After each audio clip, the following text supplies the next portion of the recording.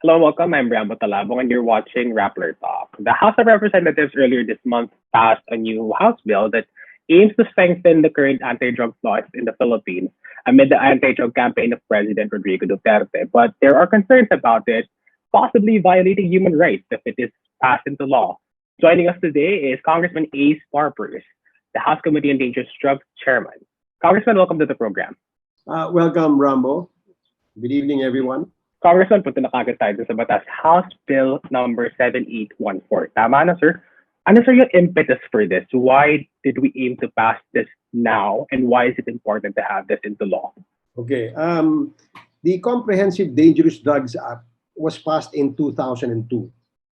And since the passage of this law, and up to today, as I speak, there are personalities, big-time personalities behind the drug syndicates or those that are involved in this illicit drug transactions that have never been put to justice, never been charged nor convicted. And this is the reason why we thought of a way on how to run after the alleged drug lords or brains behind the syndicates, and come up with a legal potent strategy on how to go after them. A lot of complaints in the implementation of the law was brought out to the open. One of those complaints are saying that only the small fries are being targeted. Yung mga maliliit lang na street peddlers. So, and since 2002, wala pa daw malaking isda or big fry na nahuli, nakasuhan at na-convict. So, in this case, we did our research since last Congress, 17th Congress, and now 18th Congress. We continuously did our research and looked at the best practices of other countries that have declared as well a drug war in their own respective countries.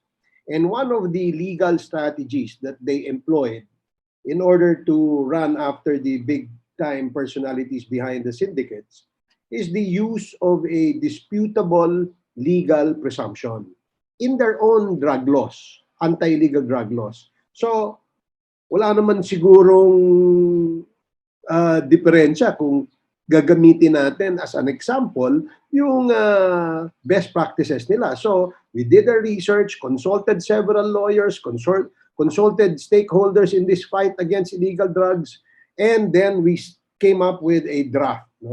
When we came up with draft, all these questions have been asked, all these negative position were also being considered in the process of our deliberations. Imagine, 17th Congress pa ito.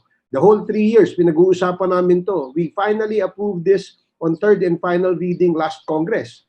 Unfortunately, there was no version in the Senate. So, Yes. so when we opened the 18th Congress, we again, in fact, I could have used and asked the Committee on Rules to allow me to invoke Section 48, na meaning those that have been passed in the third and final reading in the previous Congress should never can already go straight to the drafting of a committee report and then scheduling it right away in the plenary. But I decided, together with my members and vice chair of the committee, to go through again the same process we have undergone in the deliberations during the 17th Congress. Congressman, yes. Congressman, two things. Deliberations. Congressman, two things from what you've said so far. First thing, sabi niyo, sir, talagang mahalaga to para mahuli yung mga malalaking isda. And the other thing is, you found na nag-research kayo and lumabas sa inyong batas na, panukalang batas na inilalabas ay maraming legal presumption. So ito yung mainit na bahagi itong usapan dito, Congressman, itong legal presumption.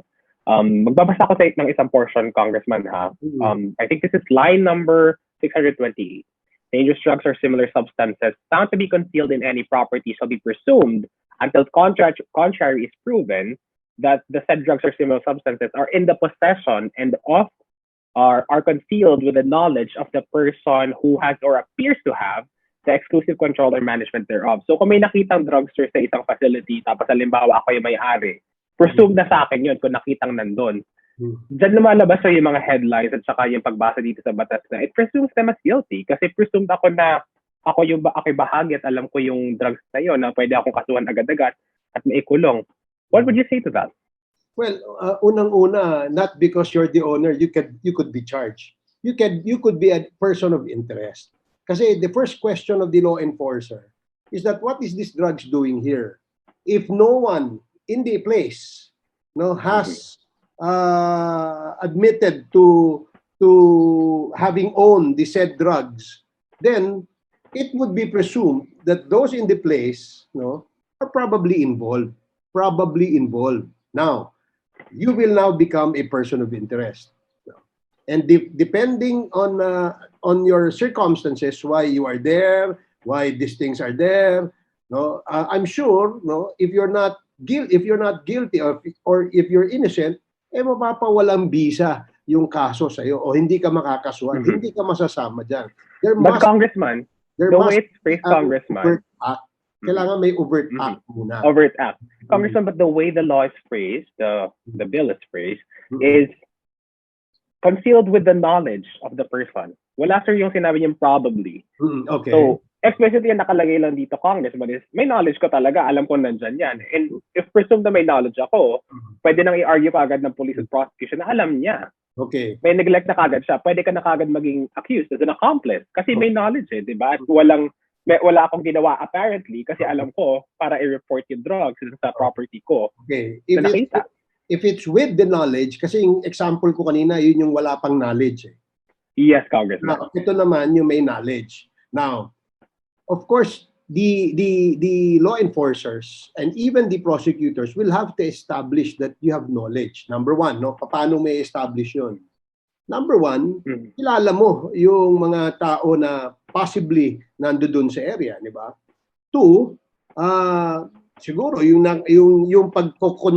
pagkaka-conceal ng drugs, in a place where you have an active and effective control of the place. Halimbawa, ikaw yung owner ng restaurant at doon sa ilalim ng table ng cashier kung saan nagbabayad yung mga and doon naka-conceal, di ba? So there is a presumption. Remember, a legal presumption when used by the law enforcers does not mean you are already guilty or does not mean you can be already convicted. Legal presumption lang yan. That's why disputable yan. Diba? Your defense will now be used against the evidence. Kasi Congressman, I understand what you're saying. Congressman, balikan ko lang yung sinabi niyo. First thing na kailangan gawin ng law enforcers is establish knowledge. But then, sir, balikan natin yung panukalang batas na pinasa nyo nga. Ang nakasabi dito, shall be presumed until contrary is proven. So the burden of proof goes to me. Ako yung kailangan ilabas na dapat ako yung magpapatunay na ako ay hindi nakakaalam na meron drugs yan. Kasi yun sir nakalagay sa bill that until contrary is proven by me. Hindi sir yung sinasabi nyo ngayon na ina-establish dapat ng law enforcers. Or is this something that you want to say through an IRR? Pero kasi sir, at its current draft, ang nakalagay dito, parang ako dapat yung for example, ako dapat. What is disputably and legally presumed here is not the person's guilt, but the commission of the prohibited act. Walang kinalaman yun sa person muna. Kasi kailangan ma-establish muna yung sabi ko nga kanina, yung overt act, tapos yung illegal act that was committed. That is what should have been established or should be established first. It's not the presumption of guilt of the accused right away. No, it's not that. I understand, Congressman. Sa prosecution, di ba, ang kailangan mo lang ay determination of probable cause, di ba? So, kapag nakita ng piskal, ng prosecutor na mayroong probable cause that could be Rambo may probably have concealed itong drugs na to, then probable cause lang pwede nang i-file for charge. So then you can be a respondent. Pero But at the same time, Congressman, balikan ko rin, Congressman.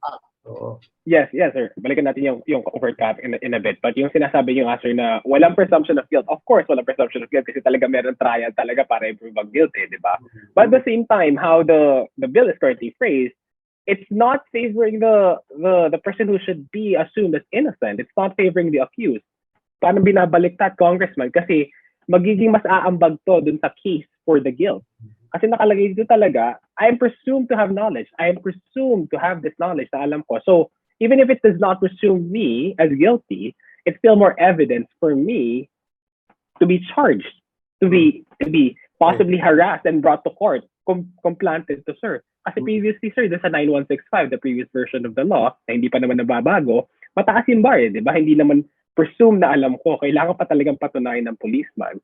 So my question, Congressman, doesn't this bill lower the bar for prosecution?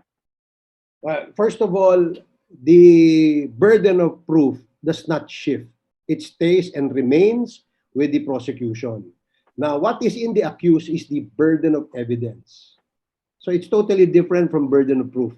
Di ba? Kasi if a case is filed against you, preponderance of evidence or evidence being used by the prosecution will have to be countered or must be proven contrary by the accused by providing the same contrary evidence, di ba? Number one. Nga, sir, nasa akin din yung hindi ba sa akin din yung burden of proof at that point, Congressman? Kasi nakalagay nga, unless proven by me, instead of them proving it na ako'y guilty, ako yung kailangan ko mag-prove na innocent ako. Hindi. Yung presumption kasi, mali. Yung presumption kasi, before a presumption comes into play, no, there are certain elements or facts to be proven first that will give rise to this presumption. Di ba? Kanya, yung kagaya nga example natin, ikaw, nandun sa cashier mo, nakatago, nakakonceal sa tabi ng lamesa mo. Di ba? So, may presumption na may knowledge ka. Di ba? Number two, nasa vicinity mo na meron kang effective and active management and control of the place. Di ba? Di ba? And third, di ba? Nakita na meron droga. These are elements that has to be proven first. Now, pag wala yung mga elements na yan, and it's not proven beyond reasonable doubt, then a presumption, a legal, disputable presumption will not come into play. Congressman, I understand what you're saying, but hindi ba dapat in-explain explicitly dito sa batas? Ito sinasabi niya na dapat patunayan din to ng law enforcers. Kasi safeguards din to, Congressman. Or is this already implicit? Or is this something that can be remedied by an IRR? The IRR would definitely explicitly state all these things because it's not in the law. The concept, the intent is there. So in the statutory construction, you don't do that. You don't line up what you need to. It's in the IRR. Then in details, the devil is in the details. Ika nga. So now the IRR should also be in accordance with what the intent and the legal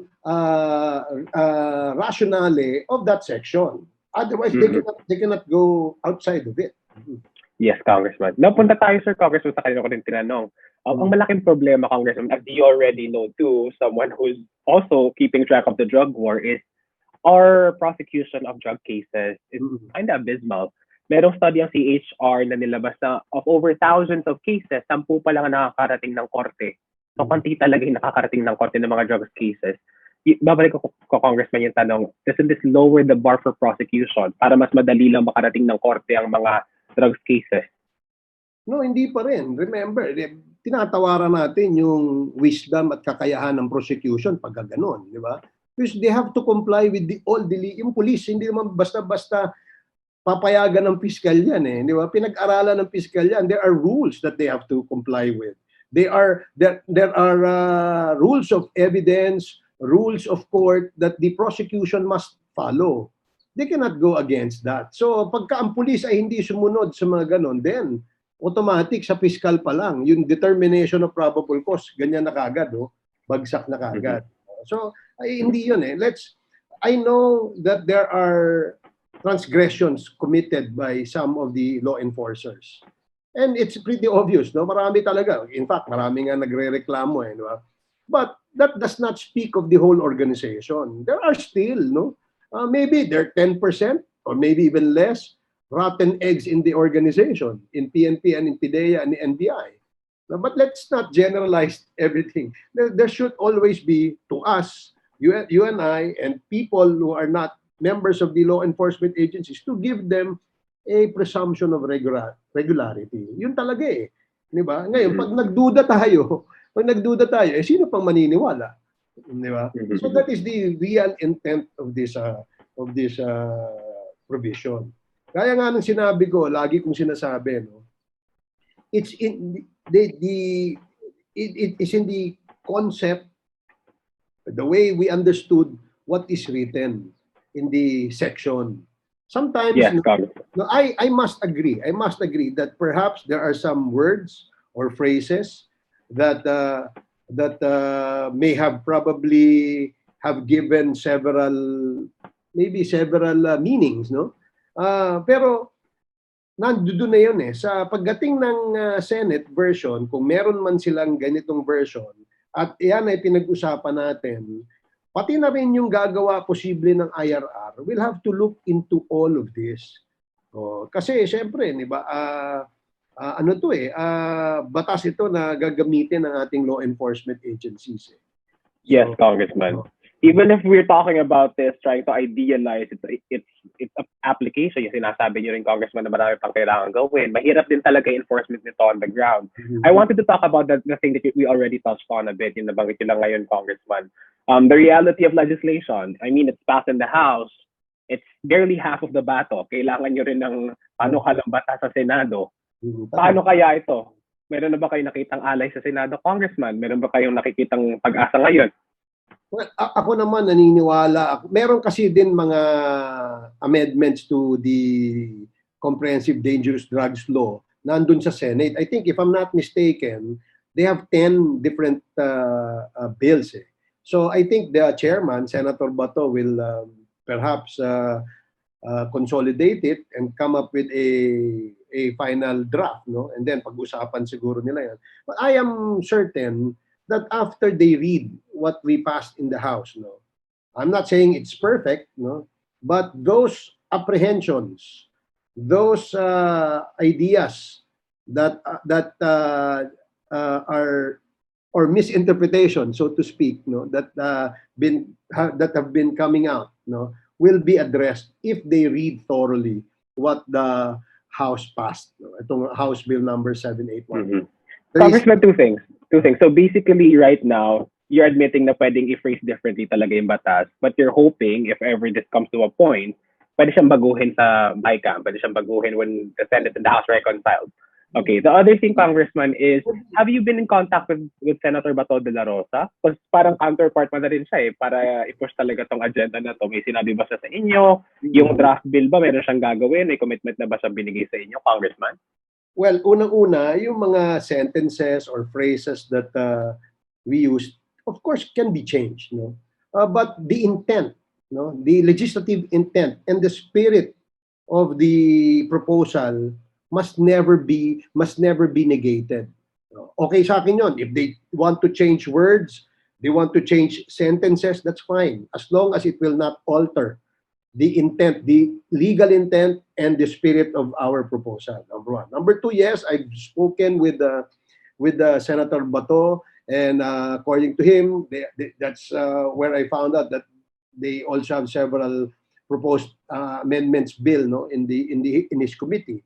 But as far as to where it is right now, I have no idea. He has not spoken to me about that. I've never asked him about it yet. I'm sure they're doing a lot of, especially after we passed this and this became controversial, perhaps everybody became interested, no? Nakakalungkot lang because there are people who already gave their opinion contrary to what we really intend, no, to happen. Kasi mali ka agad eh. Nakalagay mo, meron kang presumption of guilt already passed in the House. How can we pass? Are we saying that the members of the House are all stupid not to know that a presumption of guilt is completely illegal and unconstitutional? We cannot do that. Remember, etong bill na to, 17 Congress, several deliberations, several TWG meetings, Sa 18th Congress, several committee hearings, several TWG meetings.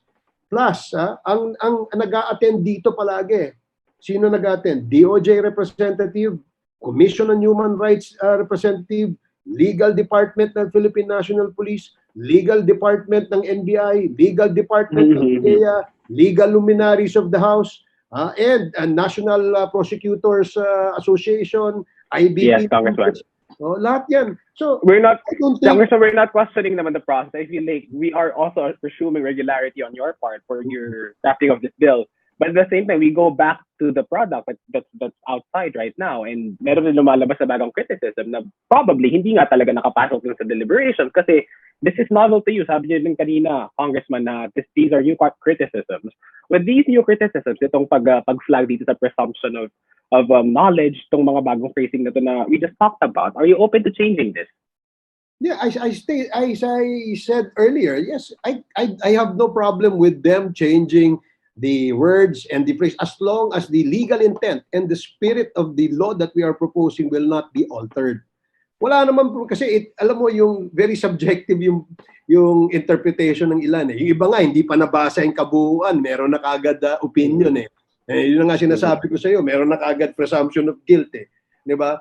Of course, if they want to change, they have to first determine kung ano ba yung reason for them changing this. Is this going to alter the spirit of the proposal or the legal intent of the proposal? Then, in that case, hindi kami papayag. This bill intends to arm our law enforcers, our prosecutors with a potent legal tool, to be able to run after not just the ordinary street peddlers, but drug lords, narco generals, narco cops, narco judges, narco prosecutors, including narco politicians. Now, from the time that this law was passed in 2002 up to today, at this very hour as I speak to you, have you any knowledge of a narco politician, narco judge, narco general who have been charged for protecting and cuddling a drug syndicate? Now, tell me, kung meron, I will resign right away. Congressman, the question there naman, I believe, is this a law problem? Problema ba talaga ito ng batas? O pwede rin itong problema ng competence ng ating law enforcers? Wala talaga sila nauhuli.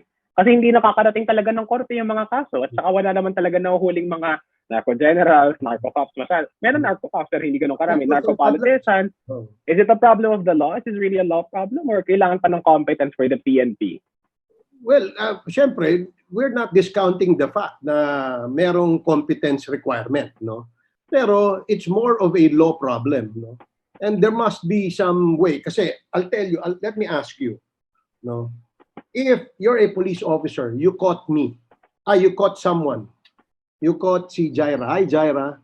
You caught Jaira for possession of illegal drugs, And then, since Jaira is a friend of mine, me, as Congressman Barbers, your friend, called you.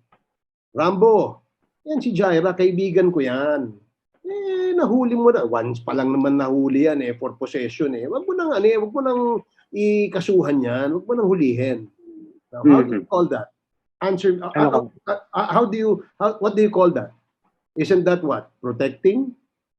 Yeah, protection, cuddling. Protecting and cuddling. How will you now charge me?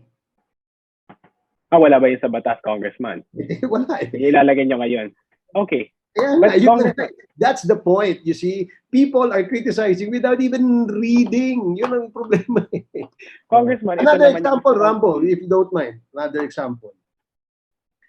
You are a importer, kunyari, importer ka ng drugs, drugs, You ask your contact abroad to ship a box full of canned goods. But you know very well that inside the canned goods, may drugs kang pinasingit doon. Di ba? Okay. So ikaw ay isang importer ng droga. Ako naman, which I know na yun ang gawain mo, I sent a money to you to pay for that shipment. Di ba?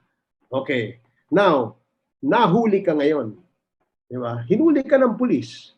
Ikaw ang importer, Oh, ngayon, nakita nila while investigating you, looking into your files, nakita niya na si Ace Barbers nagbigay ng pera. So, in this law, we are presuming that Ace Barbers have one, elements to be proven. Ito yung facts to be proven. One, Ace has knowledge of your illegal drug transaction, importation. Two, I know you personally because obviously there's a financial or money instrument that I sent to you. Third, no, you know and I know that there are drugs coming in from that particular shipment. If these three elements are proven that I know and I am involved in, then I could be presumed as what? In this particular proposal. I will be presumed as financier. Oh. Ngayon, sa ngayon, Congressman, meron pa tayong nahuling financier. Hindi ba nasa 9165 na itong dalawang examples na binibigay nyo, Congressman, as accomplices? As people who are also part of the crime, kahit hindi explicit na financier. I mean, you're just classifying it financier, cobbler. But aren't they still under accomplices, under 9165? It's already, the definition of protector and coddler is in the law. Financier, imported. But the legal strategy to run after them and for the prosecution to be able to file a case against them seems lacking in the old law. And that is what we wanted to be corrected. Congressman, I understand that there are a lot about this law that you want passed and malaking controversy in your presumption part of it.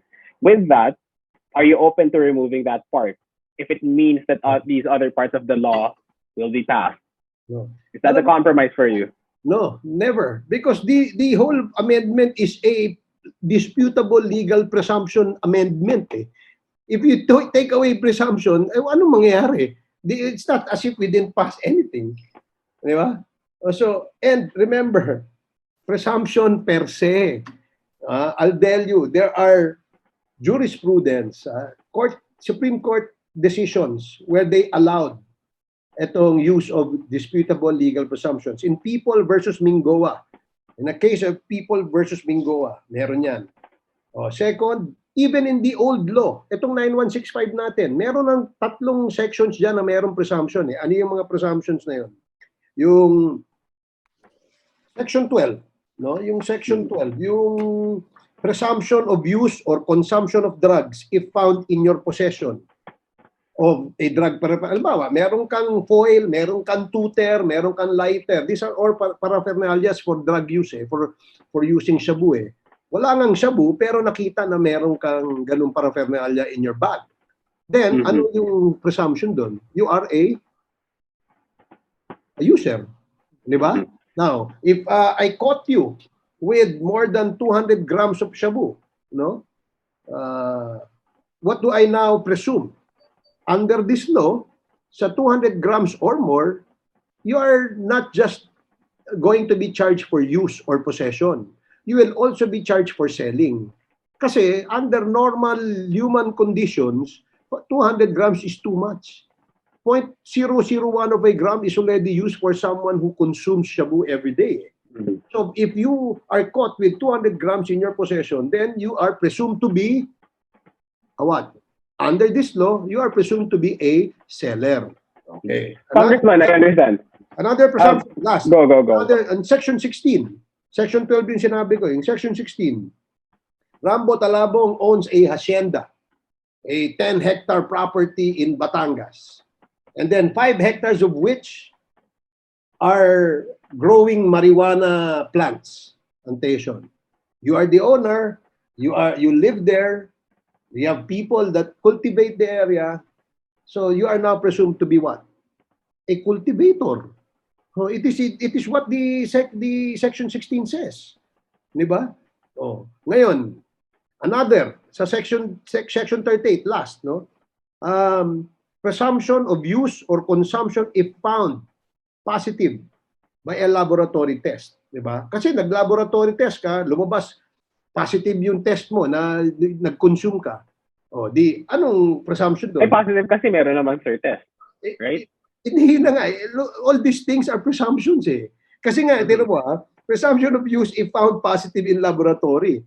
Nag-test. Di ba? Nag-test ka. Pero hindi ko nakita. Congressman, I don't think pa din natin sir gawing pareho na kung nag-positive ako sa drugs. It's the same as meron akong ari-arian, tapos nakita yung drugs doon, it means na akin na yun. Parang meron din silang sinasabi na you can't as presume automatically, pwede kasi planted. Hindi katulad ng halimbawa, nag-positive ka na, hindi, gumamit ka na, pwede presume yun. But Congressman, I understand it. Hindi pwedeng i-plant yun, ha? Hindi mo pwedeng i-plant yun. Hindi planted. So, by the way, let me finish. Para lang meron kang clear picture of what it is. Even our revised penal code allowed the use of disputable legal presumptions. On what cases? Number 1, Article 135, yung crime of rebellion, insurrection, or coup d'etat. Diba? If merong signed documents that ikaw ay sumusulat kay Colonel, kay General na, sige, atakihin nyo si ganyan, blah, blah, blah. You are already presumed a leader of the rebellion. Diba? Another, yung sa malversation case, a public officer, assuming ako, taga-Congress ako, meron akong pera na 1 million kinuha sa kaba ng Congress at hindi ko siya na-liquidate ng tama, hindi ko na-justify ng tama, anong presumption under this revised penal code? That I used it for my own purpose, therefore, that is malversation. Another, this applies to you. Crime of libel. Any defamatory statement is presumed malicious. So, legal presumptions yan. So, nagagamit yan. Even in our rules of court ngayon, sinasabi nga yes, Congressman. Magamit. I understand the point, Congressman. And I mean, we also have to raise the point that these legal presumptions are being challenged. Even the libel, sa aming case. Who's challenging the legal presumption? Sir, you're in Congress, alam nyo, nire-raise din yung question on libel to decriminalize libel. So that's another thing. Hindi ko alam yun. But legal presumption is not being challenged, by the way. So the conversation right now really is legal presumption is really part of the law, and you're arguing that this should be included in the prosecution of anti-drugs cases. So ito naman, tanongin ko kayo. Marami pa. Yes, another big problem. Yes, so it's really part of the law, but it's being criticized right now. Death penalty, sir. Bakit nandun pa rin sa batas yung death penalty? Talaga nasa loob naman ng batas na yun eh. Wala naman kami Pero yung bill, sir, so you retained it, hindi na talaga tatanggalin. Wala naman kami ginalaw doon eh. We didn't change any penal provision of the law. Wala kami, you see, that's why I'm saying, do not believe whatever you hear from the outside because never did we attempt to touch any penal provision of the law. But sir, nag-add kayo ng section dun, di ba, unless otherwise provided. So talagang bawal, hindi tatanggalin, hindi na i-apply. No, kaya nga kasi akala nila, those that are against this bill, when during our debate, sinasabi nila na gano'n. Sabi ko, sige, would it help for you to be clarified on this issue if I put in the repealing clause? No? In the repealing clause, I will explicitly state that any provision or section of this act will not in any way repeal the imposition or the suspension of the imposition of death penalty. Yan, para clear. Kasi wala so that's the remedy to it. Wala naman kami binago doon. Nagtataka nga ako, saan ang galing yun eh. Okay. Congressman, next. Let's go outside of this law and your role as the committee chairman. Go. You're familiar with the anti-fencing law, di ba? If you bought a car na kinarnap, di ba? And anong presumption doon? You are the doer of the illegal act ng carnapping. Di ba? Unless, of course, it's easily disputable. Di ba? Kasi yun ang sabi ko, all these legal presumptions is not new. We're just adding the legal presumptions in the fight against drugs because we want to run after the big personalities behind this. Diba? Run after narco-politicians, narco-judges, narco-prosecutors, narco-cops, narco-generals, etc. Kasi nga wala pa tayo nakakasuhan dyan. Yun nga reklamo ng taong bayan. Ano ba naman kayo? Puro naman yung mga pusher lang hinuhuli nyo. Diba? So, Congressman, with that, I think sinasabi niyo naman talaga na it is in previous laws but you want it included in this drugs law. But with that, kung naging nga itong batas, I mean, naghihintay pa tayo ng part sa Senado para magkaroon talaga. But you really are advocating for this. And alam niyo rin, Congressman, na problema rin sa police. Meron talagang rotten eggs. And even in the legal system, the legal system is also questionable. Wala nga masyado talaga na prosecute. Are you confident na kung pinasan niyo to na meron mga presumptions? I mean, it's also in previous laws, but we have to understand that there's there are flawed institutions that will implement this. Are you confident na walang mababiolate na human rights with this? Ako, on the other hand, this will now give protection to the innocent. Bakit? No? Bakit ko sinabi yan? Kasi hindi na ganun-ganun kadali na abusuhin ng ating law enforcers itong laban kontra sa droga. In Section 29 of this law, meron tayong provision dyan, yung planting of evidence. We all will also presume that the police, if the defense of the accused that he used before a prosecutor or before a court is, hindi akin yan, planting yan, then immediately, the court will order a preliminary investigation against the police officer for planting of evidence, jointly with the principal case, yung kung ano man yung kasong nahuli dun sa isa. So, protection natin yun. Mag-iisip ngayon, magdadalawang isip ngayon yung police o law enforcer. Second, protection in this particular law. Yung section 21, yung chain of custody of evidence, di ba? Ilagay natin dun sa batas na yan, compelled, mandatory, kailangan gumamit lahat ng anti-illegal drug operations, kailangan may body cams. We specifically put that in the law so that wala na silang palusot.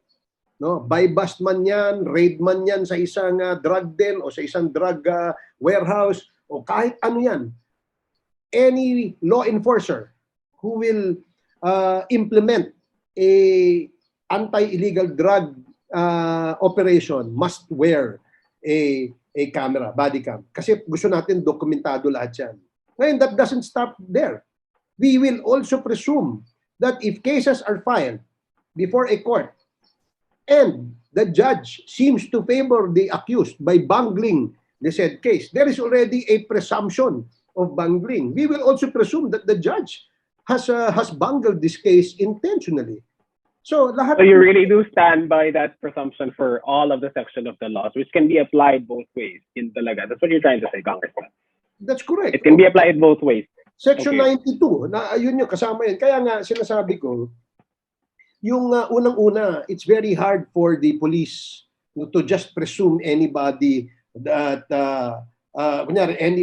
it's very difficult for the police to presume that Rambo is a, let's say, is a user. If you have not committed any overt act, or any illegal act, or any unlawful act, hindi ka hinuli ng police. Remember, the operative word dito dapat may arrest. Diba? So, bago ka, dadalawang isip ngayon yung police, on the other nga, nakakatakot ka, baka hindi na manghuli. Diba? Contrary to what those that are against this particular proposal are thinking. Diba? Okay. Congressman, I think we discussed the law extensively already. I thank you so much for your time. Thank you for your explanation, your side to this story, and we hope to speak with you again. Well, yeah, I'd like to thank you, Rambo, for giving me this time, which I've been doing for the last 3 weeks. Kasi hindi nawawala yung negative impression. Ang suggestion lang dun sa iba, it's fine, it's their opinion. I don't mind hearing from them, but they have to be, kumbaga, use naman common sense, di ba? Hindi naman porke may legal presumptions. Number one, we are presuming guilt. Definitely not. Which is not, it is not in the law. Number two, even by using a legal disputable presumption, hindi din siya ganun kadali. Because there are first facts to be proven or elements that has to be proven before the presumption will come into play. So yan, pangalawa. Third, we're using this particular legal disputable presumptions in order to answer the clamor of the people, bakit yung mga maliliit na isda lang ang inuhuli nyo? Ito magandang batas para sa malalaking isda, binabatikos nyo naman. Yan naman ang hirap sa atin. Magbasa muna tayo bago natin at pilitin natin intindihan. And lastly, this law does not just run after the drug lords, the narco politicians, the narco judges. This will also run after corrupt judges who sell their decision in favor of the accused or the drug lords or the drug syndicates, the corrupt police who plants evidence all the time, every time they make arrests and extort money. And 3, syempre, we want to document the operations of the anti-illegal drugs so that we know that it's all above board. And these are the very reason why we want this law passed. Nothing more, nothing less. We don't want this law also to be used against me, my family. And I will make sure it's not going to happen. Diba? In the same manner that those that are against this are actually fearing and having this apprehension because baka daw gamitin sa kanila. Ba't kung sa inyo pwedeng gamitin, sa akin pala hindi pwedeng gamitin? And you think I will allow that to happen? That's purely common sense. Okay. I'll now wrap up, Congressman. Thank you so much for your time. I'm Rambo Talabong. Thank you for watching. If you want to stay updated on issues like this, we will continue to cover this issue. Stay tuned on Rappler. Follow us on social media. Thank you. Thank you.